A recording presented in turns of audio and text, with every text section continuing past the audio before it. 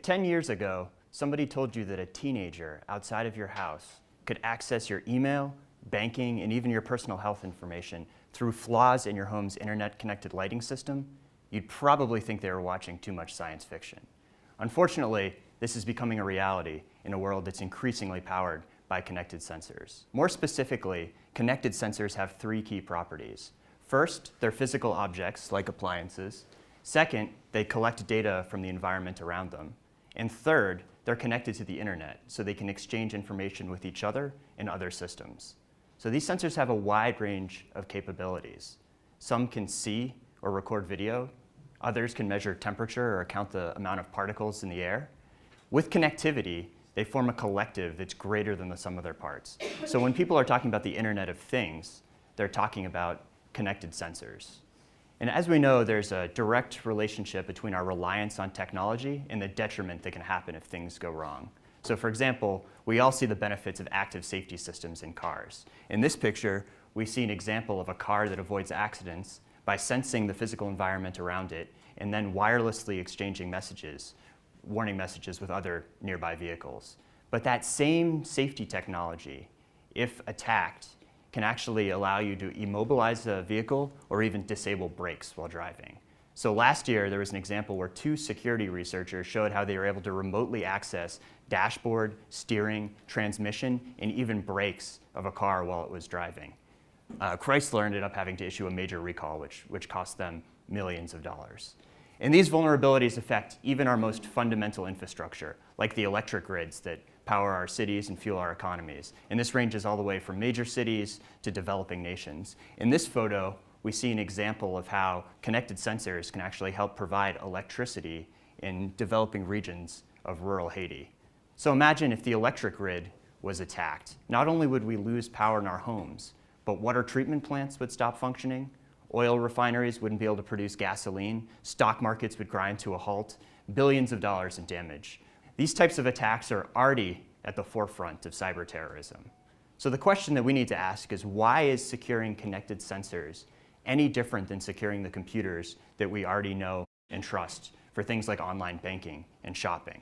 If we look back at historically how we deal with flaws in security, we often rely on remote updates or patches to fix things after the fact. So probably the best example would be your smartphone. So I'm sure at one point or another you've all updated the software on your smartphone.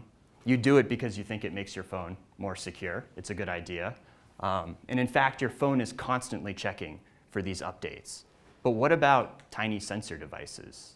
How can we secure something that may only have enough energy to send a couple of messages per day?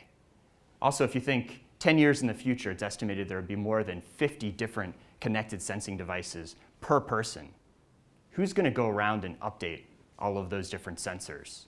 What happens if those updates fail? There are a lot of software developers that are afraid to put in live remote patching for fears that that system in itself would actually add security vulnerabilities. And there's also the conspicuous nature of these devices. They're easy to steal because they sit out in the open. They're harder to notice when they go missing. They're tricky to configure because often they don't have keyboards or displays. And if one of these devices gets infected, it could spread throughout your entire house or your business. And as is often the case with consumer appliances, the designer of the next big thing, like this internet-connected toaster, is going to be rushed to ship units and meet deadlines. They're not going to stop to think about computer security. And even if they do, chances are they're not going to be computer security experts. And what's probably most scary is even the very best computer security experts can't make a system that's secure forever. Every couple of years, we find flaws in our most deeply rooted encryption standards. There was recently one announced about Android just a couple days ago. There's in fact one axiom in computer security research that says there's no such thing as a perfectly secure computing system. So at Carnegie Mellon University, we've been developing and deploying connected sensing technologies for years. We've been transforming our campus into a living laboratory so we can experience firsthand both the promise and the perils of connected sensing technology. So our goal is not only to improve their capabilities in terms of sensing and what it can do for us, but also increase our trust in the technology. We can see that there's definitely benefit for connected sensors to help streamline our businesses and improve our lives at home. But what we need to keep in mind is there's also this balance between risk and reward as we decide which devices should be connected and perhaps which should stay unplugged. So I'd like to leave off by asking the question, do the benefits of connected sensors outweigh the risks, and where do we draw the line? Thank you very much indeed. So,